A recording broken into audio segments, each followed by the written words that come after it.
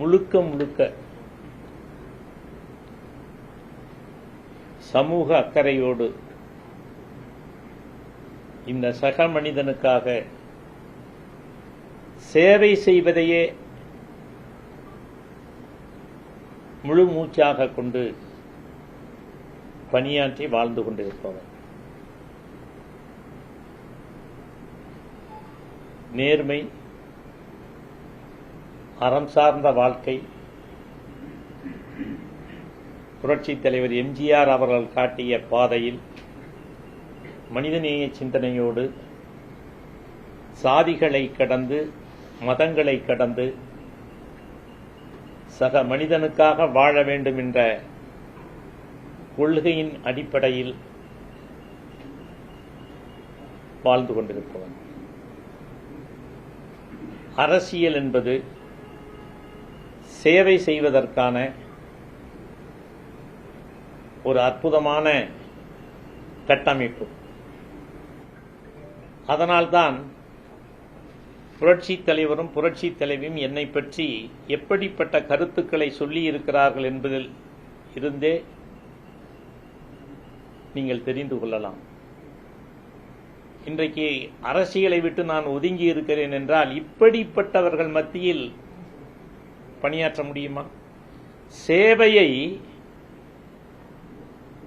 சக மனிதனுக்காக உதவி செய்வதை வேலை வெட்டி இல்லாதவன் செயல் என்று சான்றிதழ் கொடுக்கிறார் என்றால் இவர் எத்தகைய வன்மமான சுயநலமிக்க பொது வாழ்க்கைக்கே லாயக்கில்லாத ஒருவர் என்பதை இந்த சான்றுகளின் மூலம் நீங்கள் தெரிந்து கொள்ளலாம். நான் அவர்களை பற்றியெல்லாம் கடுமையாக விமர்சனம் செய்தால் இவர்களை பற்றி இவர்களுடைய செயல்களை பற்றி முழுக்க அறிந்தவன். தயவு செய்து என்னிடத்தில் வாயை கொடுத்து மாட்டிக்கொள்ள வேண்டாம். நான் இந்த கட்சியை நேசிப்பவன், இந்த கட்சியை உயிராக நினைப்பவன். உங்களை எல்லாம் விமர்சனம் செய்தால் இந்த கட்சிக்கு அவமானம் ஏற்பட்டு விடுமே என்ற காரணத்திற்காக நான் அமைதியாக இருக்கிறேன். இனி ஒரு முறை இப்படிப்பட்ட கருத்துக்களை பொதுவெளியில் சொன்னால் அதோட சரி.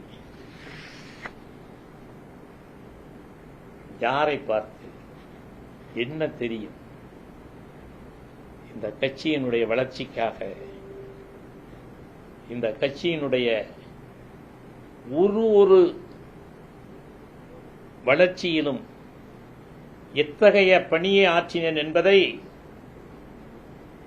தன்னலமற்ற சுயநலமற்ற சேவையை பணியாற்றினேன் என்பதை அனைவரும் அறிவர். அதிமுக ஆட்சியில் புரட்சித் தலைவர் காலத்தில் முதலாக சுயநிதி பொறியியல் கல்லூரி என்று அமைச்சரவை கூட்டத்தில் முடிவெடுத்த பொழுது, அந்த முடிவு எடுத்தவுடன் புரட்சித் தலைவர் எம்ஜிஆர் அண்ணன் ஆரமி அவர்களிடத்தில் சைதை துரைசாமியை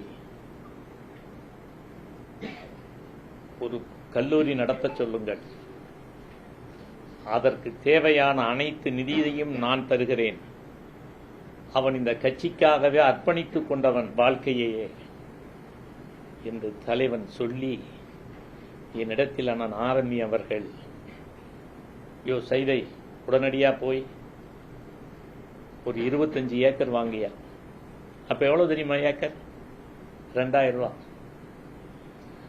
அப்படி புரட்சி தலைவர் அவர்களால் தானாக முன்வந்து முதலாக அவர் சொன்னது, இந்த கட்சியினுடைய முதல் தியாகி சைதை துரைசாமிக்கு சுயநிதி பொறியியல் கல்லூரியை எடுத்து தொழில் அமைத்துக் கொள் என்று சொன்ன பொழுது நான் நிராகரித்தவன். மதுபான கடைகள், பிராந்தி கடைகள் எல்லாம் எல்லா கட்சிக்காரர்களும் வாங்கிய பொழுது அதை வாங்க மறுத்தவன் கொள்கை ரீதியாக. இப்படி பொது வாழ்க்கையில் சேவை ஒன்றை மட்டுமே பிரதானப்படுத்தி ஆதாயத்தை பெறக்கூடாது என்ற வகையில் இன்று வரையில் வாழ்ந்து கொண்டிருப்பவன். இந்த வீடு இருக்கு இல்லையா, இந்து வசதி வாரிய வீடு, 1,68,000க்கு 84ஆம் ஆண்டு வாங்கினேன். இந்த வீட்டை என் தலைமுறை வாரிசுகளுக்கோ மற்றவர்களுக்கோ இதை அனுபவிக்க கூடாது என்று சொல்லி மனிதநேய இலவச கல்வி அறக்கட்டளைக்கு தானமாக வழங்கியிருக்கிறேன். இப்படி என்னுடைய பொது வாழ்க்கையையே சக மனிதனுக்காக வழங்கி சமூக மாற்றத்தை உருவாக்க வேண்டும். ஜனநாயகத்தின் தூண்கள் என்னன்னு தெரியுமா? யாருக்காவது தெரியுமா? Pillar of the democracy. நண்பர்கள் யாராவது சொன்னா பரிசு கொடுப்பேன். இப்ப நான் யாரு சொல்லுங்க டக்குன்னு. முதல்ல முறைப்படி சொல்லணும். லெஜிஸ்லேச்சர், அடுத்தது எக்ஸிகியூட்டிவ், அடுத்தது ஜுடிஷியரி. 3 தான் அரசு கெசட் படி. ஆனால் இப்பொழுது 4ஆவதாக நீங்க இல்லையா? இந்த 4 தூண்களும் சரியாக இருந்தால் இந்த ஜனநாயகம் காப்பாற்றப்படும். இந்த 4 தூண்களும் சரியாக இருப்பதற்கு நான் ஒரு லெஜிஸ்லேச்சராக, சட்டப்பேரவை உறுப்பினராக, மக்கள் பிரதிநிதியாக இருந்து அதை இந்த சமூகத்தில் ஒரு சட்டப்பேரவை உறுப்பினர் எப்படி இருக்க வேண்டும் என்பதற்கு உதாரணமாக வாழ்ந்தேன்.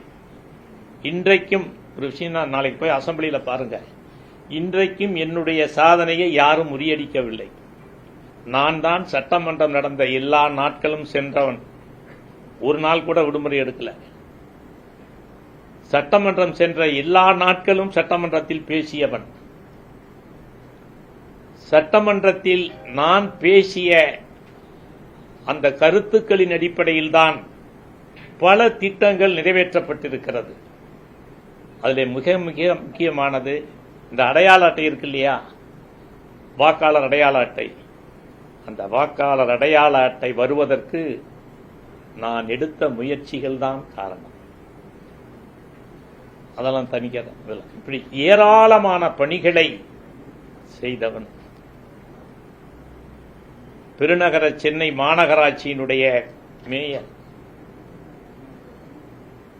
உங்களுக்கு தெரியுமா என்னன்னு தெரியல, கொஞ்சம் அந்த புள்ளி விவரங்கள்லாம் கொஞ்சம் போய் பார்த்துக்குங்க. கிரேட்டர் சென்னை 426 சதுர கிலோமீட்டர் பரப்பளவு. முதல்ல எவ்வளவு சதுர கிலோமீட்டர் தெரியுமா மாநகராட்சியா இருக்கும்போது? எவ்வளவு? 174 சதுர கிலோமீட்டர்.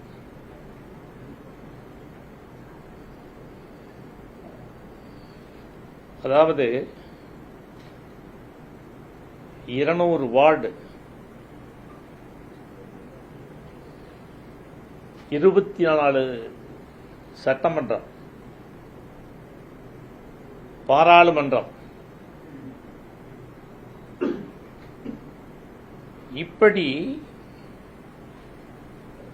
எல்லா வார்டுகளிலும் சட்டமன்றத்தில் தேர்தலிலும், சட்டமன்ற தொகுதியிலும், நாடாளுமன்ற தொகுதியிலும் எல்லாவற்றிலுமே வெற்றி பெற்ற ஒரே வேட்பாளர் நான் மட்டும்தான் இதுவரையில். அதுவும் சரித்திரம்.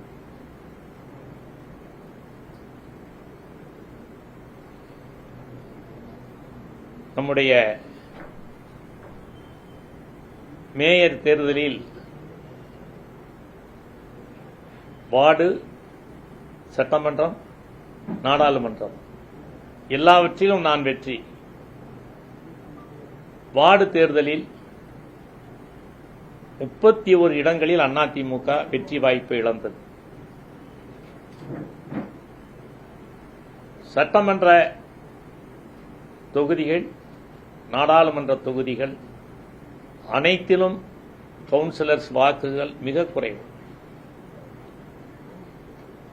மேயர் தேர்தலில் எனக்கும் மேயர் வேட்பாளருக்கும் வித்தியாசம் எவ்வளவு தெரியுமா? 5,19,000. கவுன்சிலருக்கும் திமுக கவுன்சிலருக்கும் எவ்வளவு வாக்கு வித்தியாசம் தெரியுமா? 1,59,000. புரட்சி தலைவி அம்மா அவர்கள் இந்த வாக்கு வித்தியாசத்தை பார்த்துவிட்டு மகிழ்ச்சியில் இதை கொண்டாடுவோம் என்று சொல்லி என்னுடைய பதவியேற்பு நிகழ்ச்சிக்கு வருகை புரிந்து என்னை கௌரவப்படுத்தினார்கள். என்னுடைய சேவை மக்கள் மத்தியில் எப்படி நிரம்பி இருக்கிறது, எத்தகைய மகத்தான வெற்றியை இந்தியாவிலேயே எந்த பெருநகர மாநகராட்சியிலும் நின்ற வேட்பாளர்கள் இவ்வளவு வாக்கு வித்தியாசத்தில் வெற்றி பெற்றதில்லை. அதுவும் தனித்து நின்று, அதை நினைவில் வைத்துக் கொள்ளுங்கள், தனித்து நின்று 2011 மேயர் தேர்தலில் மக்கள் வழங்கிய தீர்ப்பு. இப்படி சேவையாலும் நேர்மையாலும் நல்ல திட்டங்களாலும் அம்மா உணவகம் இருக்கிறதல்லவா, இந்த அம்மா உணவகத்தை 2006 2011 வரை மனிதநேய இலவச கல்வி அறக்கட்டளையால் மாணவர்களுக்காக மலிவு விலை உணவகமாக நடத்தப்பட்டது. நான் மேயர் தேர்தலில் வெற்றி பெற்றவுடன் புரட்சி தலைவி அம்மா அவர்களிடத்தில் சொல்லி, இது ஒரு நல்ல திட்டம், மக்களுக்கு பயன் தரக்கூடிய திட்டம், நீங்கள் ரேஷன் கடையில் விற்பனை செய்கின்ற அரிசியை மக்களுக்கு கொடுக்கின்ற அந்த விலைக்கு கொடுத்தால் இப்படி இதை ஒரு பிரம்மாண்டமான திட்டமாக, மக்கள் நலன் சார்ந்த திட்டமாக பயன்படுத்த முடியும் என்று சொன்னேன். இது சாத்தியமா என்று கேட்டார்கள்.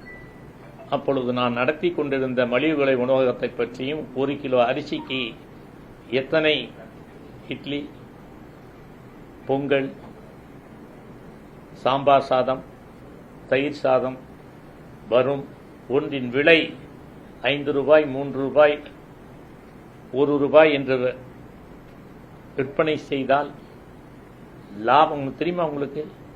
அம்மா உணவகத்தில் இன்றைக்கும் லாபம் உண்டு. யாருக்காவது தெரியுமா? பத்திரிகையாளர், இதெல்லாம் நீங்க போய் கேட்க மாட்டேங்கிறீங்க, சொல்ல மாட்டேங்கிறீங்க, சொல்லுங்க. லாபம், அதனால் நஷ்டம் வருவதற்கு வாய்ப்பே கிடையாது. 1 கிலோ அரிசியில் குறைந்தபட்சம் 65 இட்லிகள் கிடைக்கும். 65 ரூபாய். 1 ரூபாய் அரிசி போக மீதி சட்னி சாம்பாருக்கான செலவு, சமையல் கூலி, மகளிர் சுய உதவி குழுவுக்கு எல்லாம். எதுக்கு சொல்றேன்னா, இப்படி மக்களுக்காக மக்களின் நலன் சார்ந்து பணியாற்றுகின்ற என்னை பார்த்து வேலை வெட்டி இல்லாதவர் என்று விமர்சனம் செய்கிறார் என்றால், இத்தகைய மனிதர்களை பற்றி நீங்கள் புரிந்து கொள்ளுங்கள். கருத்து சொல்வது, ஒரு கட்சி எப்படி நடக்க வேண்டும் என்று ஆலோசனை சொல்வது, நான் யார்? இந்த கட்சி உருவாவதற்கு காரணமானவன், விதை போட்டவன். உங்களைப் போல் வந்தேறி கிடையாது.